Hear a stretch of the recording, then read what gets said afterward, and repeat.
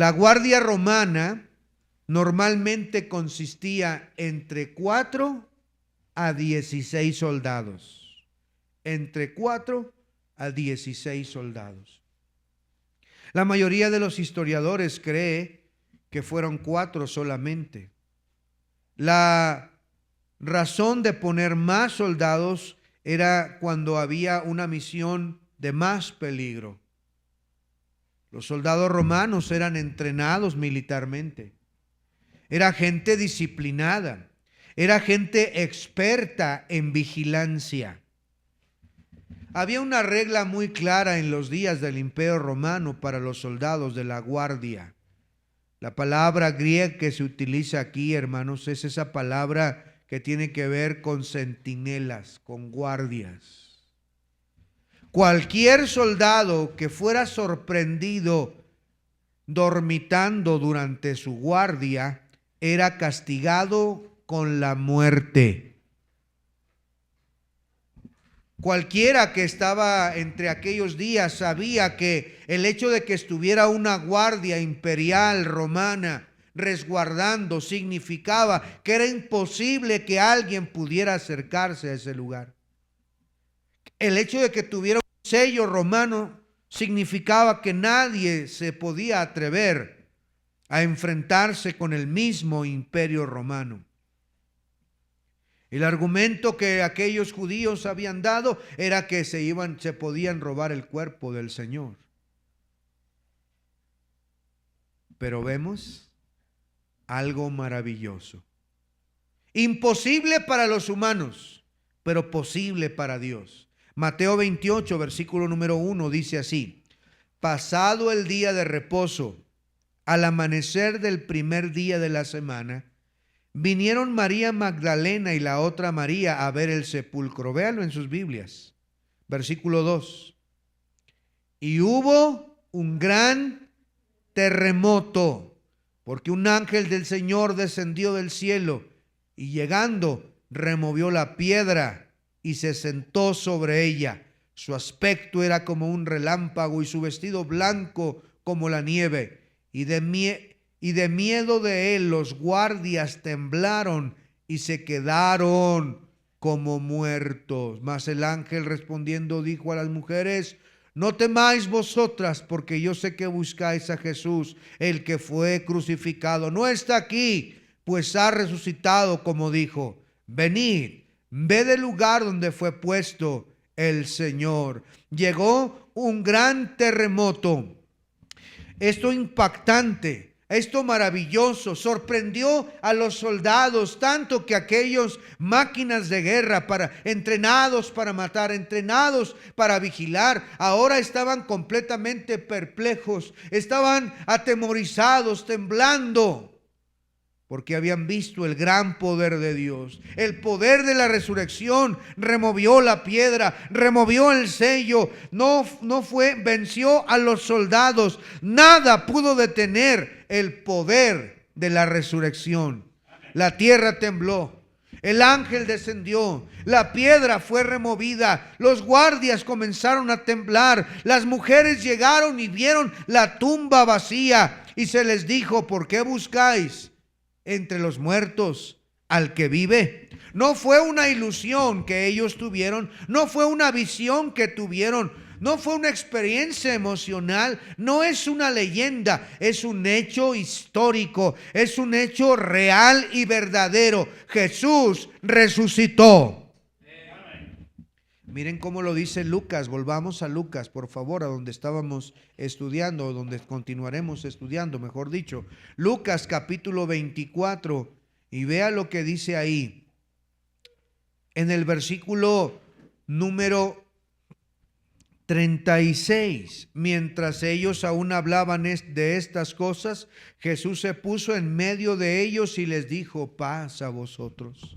Entonces, espantados y atemorizados, pensaban que veían espíritu, pero él les dijo: ¿por qué estáis turbados y vienen a vuestro corazón estos pensamientos?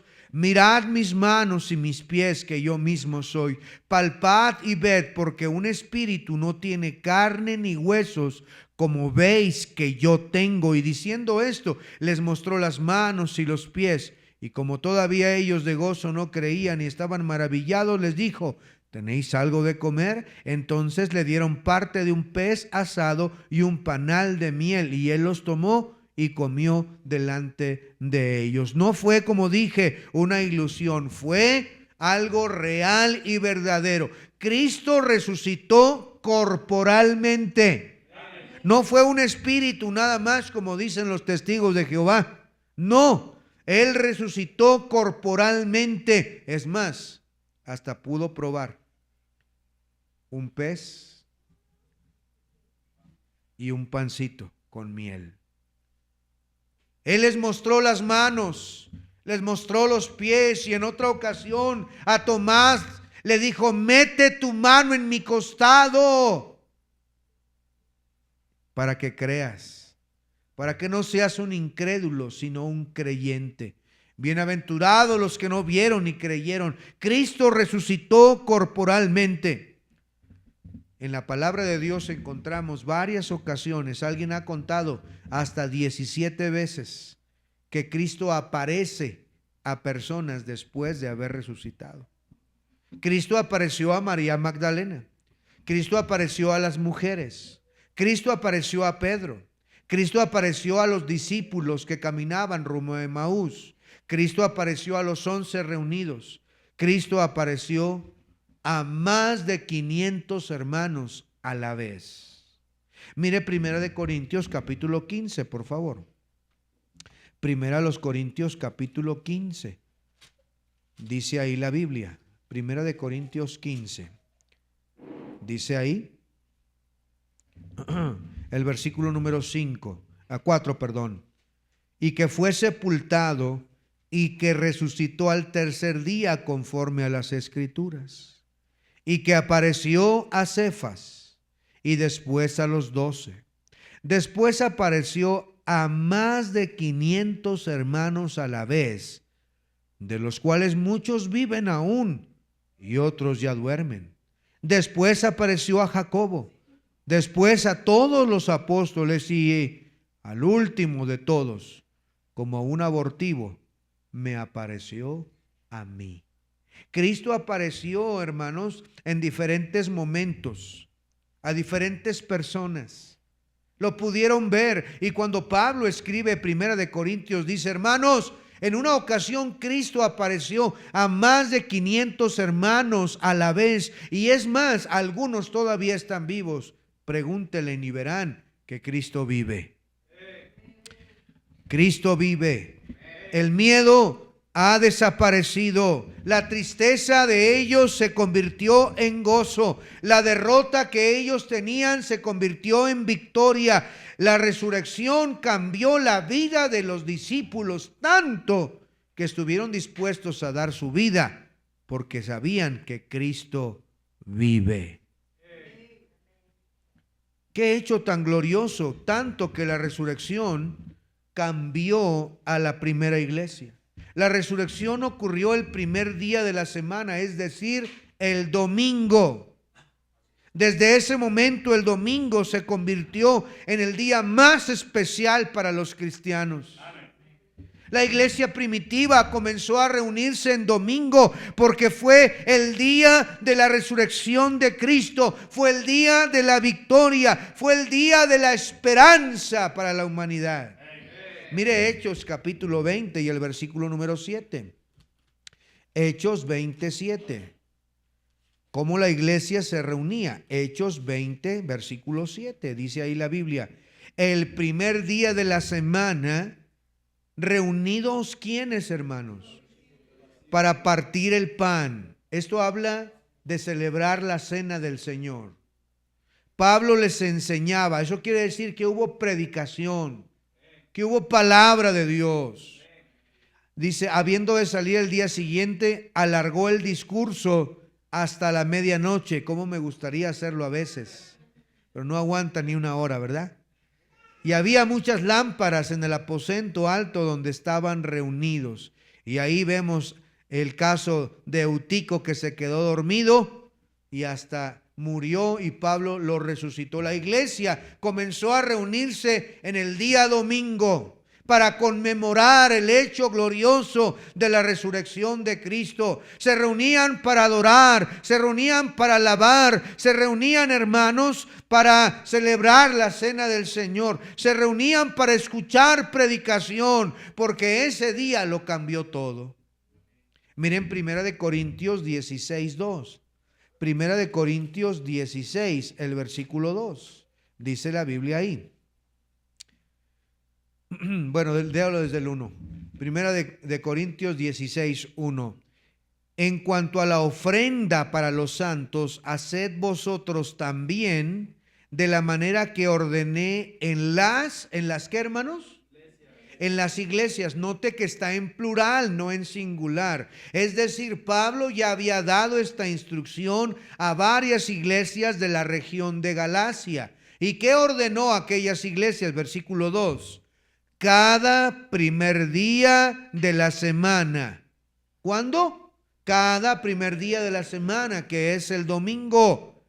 Cada uno de vosotros ponga aparte algo según haya prosperado, guardándolo para que cuando yo llegue no se recojan entonces ofrendas. Cada primer día de la semana la iglesia se reunía. El domingo llegó entonces para quedarse como el día para recordar la nueva creación en Cristo Jesús. Los judíos se reunían en sábado para recordar la creación de Dios. Recuerdan que el séptimo día descansó. Pero los cristianos nos reunimos el primer día de la semana porque ese día Cristo resucitó y nos hizo nuevas criaturas. Una nueva creación el día que Cristo resucitó. En Apocalipsis 1, vaya por favor. En Apocalipsis 1, el día domingo es llamado el día del Señor. Vea Apocalipsis 1, el versículo número 9 y 10.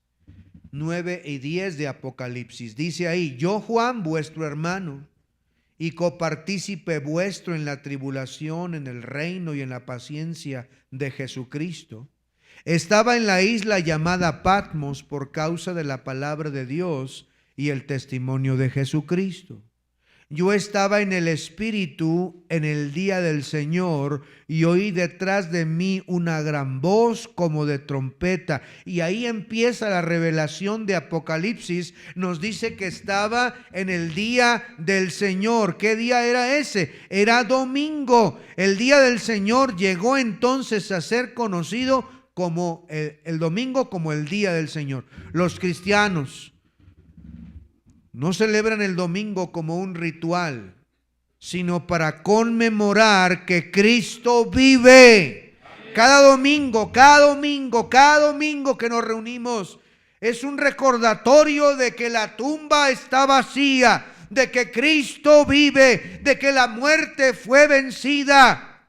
Pero hoy es un domingo especial porque recordamos el inicio de esa victoria, de ese poder, de la resurrección. Hoy no venimos a celebrar una religión. Hoy celebramos a un Salvador que vive y que vive en nuestro corazón y que está entre nosotros también.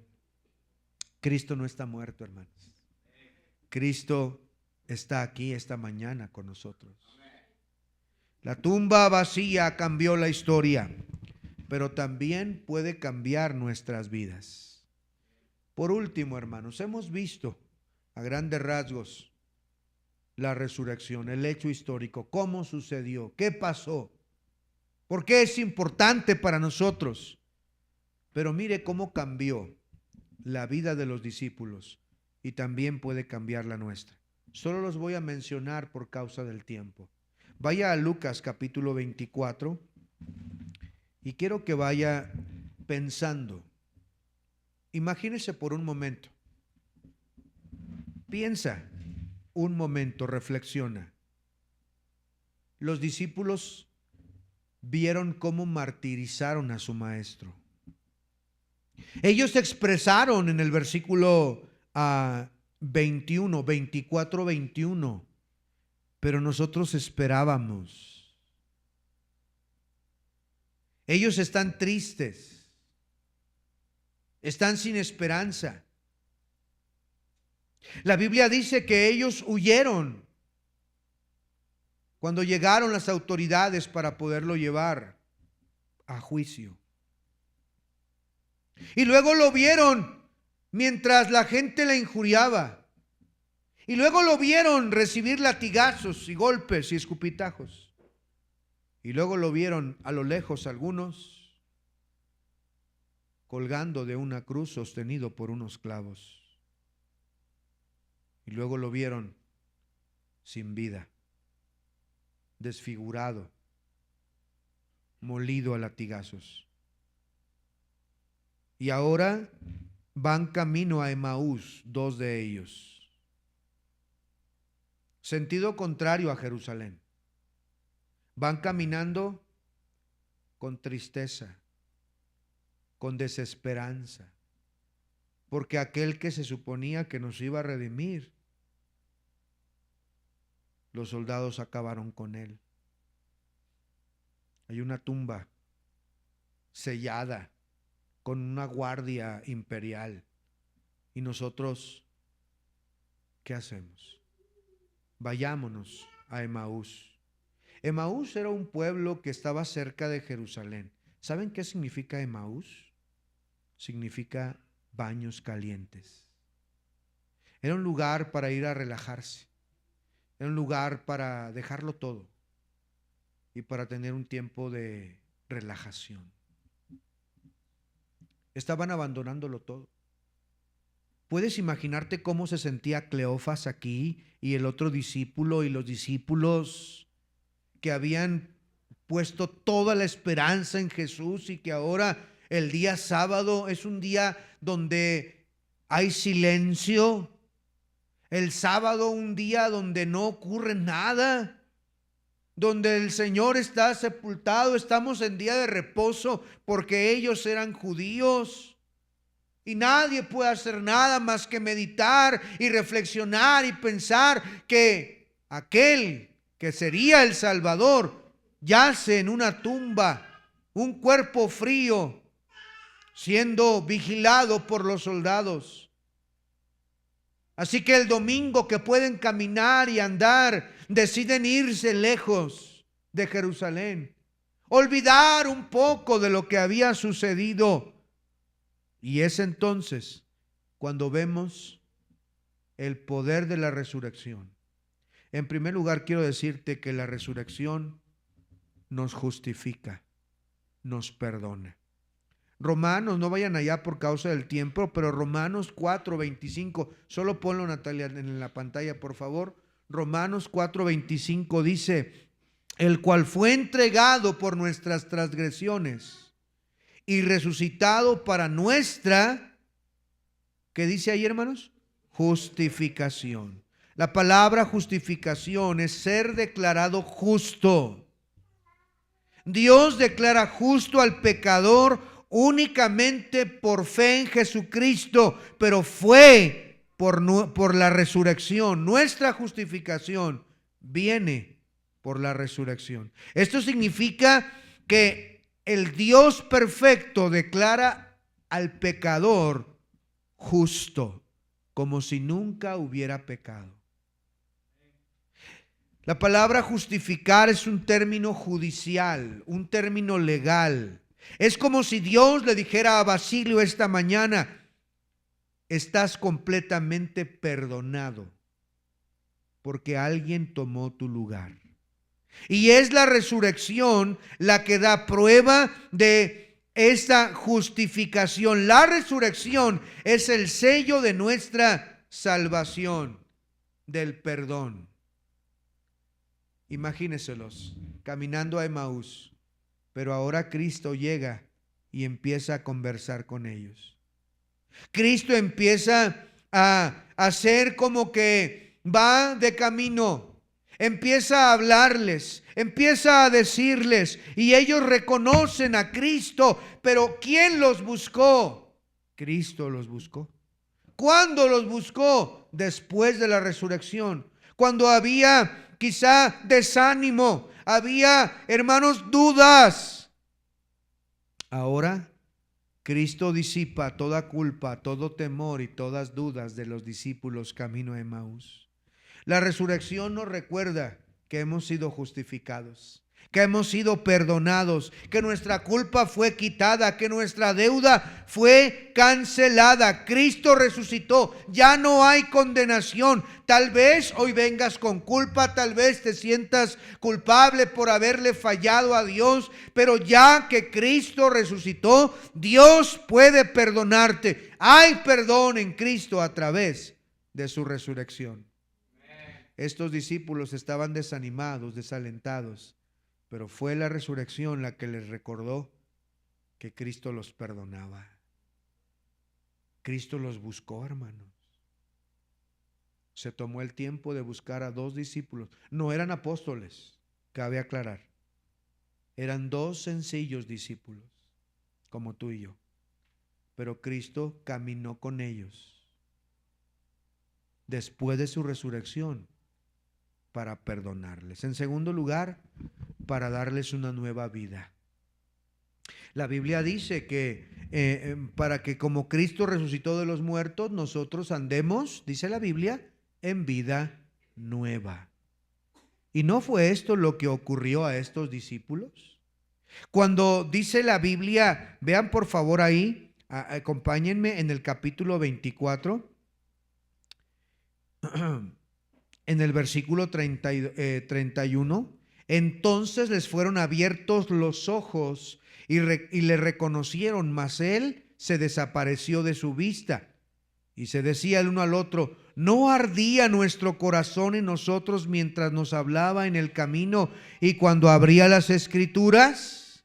Y levantándose en la misma hora, volvieron a Jerusalén y hallaron a los 11 reunidos y a los que estaban con ellos, que decían, ha resucitado el Señor verdaderamente y ha aparecido a Simón. Entonces ellos contaban las cosas que les había acontecido en el camino y cómo le habían reconocido al partir el pan. El Cristo maravilloso resucitado ahora les da una nueva mente, nuevos deseos. Ahora pueden ver distinto. Ahora dicen ellos, no ardía nuestro corazón. Vámonos, ¿qué hacemos aquí? Un nuevo comienzo, vamos a Jerusalén. Caminaban tristes, caminaban sin esperanza, caminaban a un descanso lejos de la voluntad de Dios, pero ahora la resurrección hace que sus corazones ardan, hacen que su esperanza sea renovada, una nueva vida, les llega ánimo, perspectiva en el corazón y se levantan en aquella misma hora. Aquellos corazones fríos ahora son desafiados, ahora se convencen, ahora son nuevos discípulos renovados y van a decirle a los apóstoles, sí ha resucitado, caminó conmigo, escuché su voz, escuché hablar, él ardió mi corazón, él me restauró, él me perdonó. Cristo vive, Cristo vive, Cristo vive, Cristo vive. Les dio una nueva esperanza. La resurrección nos renueva, hermanos. El reconocer y recordar que Cristo vive nos hace reavivarnos. Cristo salió de la tumba y nosotros seguiremos en la frialdad de nuestro corazón. Cristo venció la muerte y seguiremos siendo vencidos por el pecado. La resurrección nos llama a vivir diferente, a vivir una vida nueva como Cristo resucitó. Si habéis resucitado con Cristo, buscad las cosas de arriba, dice la Biblia, donde está Cristo sentado a la diestra de Dios. En tercer lugar, la resurrección nos da esperanza. Los discípulos, como dije, estaban devastados, habían perdido toda esperanza. Ellos mismos lo declaran, nosotros esperábamos. Pero cuando Cristo aparece, la resurrección, hermanos, les da esperanza, les da gozo, les da certeza. Ellos mismos declaraban, Él vive. Cristo resucitó, les dio ánimo, les dio, quitó el temor, quitó las dudas. La resurrección nos trae esperanza. Esperanza porque sabemos que Él vive, hermano. En último lugar, la resurrección también nos garantiza que nosotros mismos resucitaremos en el día postrero.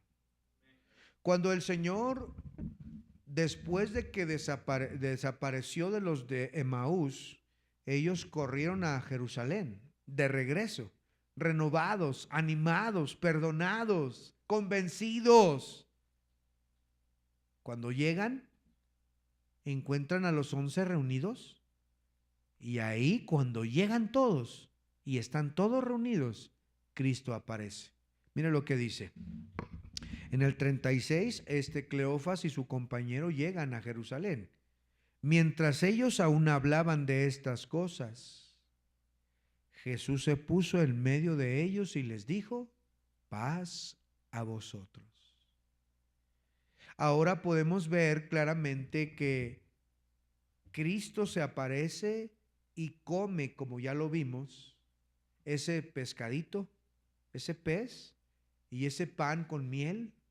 Y ellos podían ver un cuerpo resucitado, y ellos pudieron ver que un día ellos también serían resucitados. Y le recuerdo, hermanos, que Cristo es las primicias de los que durmieron, que Cristo es el primero que resucitó, pero que nosotros también resucitaremos al final. Que la muerte no es el final, porque Él dijo: yo soy la resurrección y la vida, y el que cree en mí, aunque esté muerto, vivirá. La tumba no es el final del creyente. La muerte no tiene la última palabra. Cristo venció la muerte y un día resucitaremos también con cuerpos glorificados. La resurrección entonces significa un perdón completo, una esperanza viva, una nueva vida y una esperanza futura, que un día resucitaremos con Él para siempre. Tal vez en esta mañana usted esté frío, lejos de Dios, desanimado, pero Cristo resucitó y el poder de la resurrección puede acercarte a Él, puede darte esperanza, puede darte ánimo. Cristo vive, Cristo vive. ¿Te identificas como los discípulos camino a Emaús? Desanimado, triste, sin rumbo, lejos de lo que Dios quiere para ti. Bueno, que la resurrección hoy haga arder tu corazón. Que la resurrección el día de hoy te recuerde la esperanza gloriosa que tenemos en Él. Que la resurrección vuelva a darnos el vigor para seguir a Cristo, sabiendo que un día reinaremos con Él. El poder de la resurrección. Vamos a orar, hermanos. Gracias, Señor, por el poder de tu resurrección. Gracias, Señor, por levantarte como las profecías lo decían, como tú lo anticipaste, levantarte poderosamente de entre los muertos. Y ser justificados, ser perdonados, ser animados, ser renovados y ser salvados por el poder de tu resurrección, Señor. Si no hubiese sido por tu resurrección, mi Dios,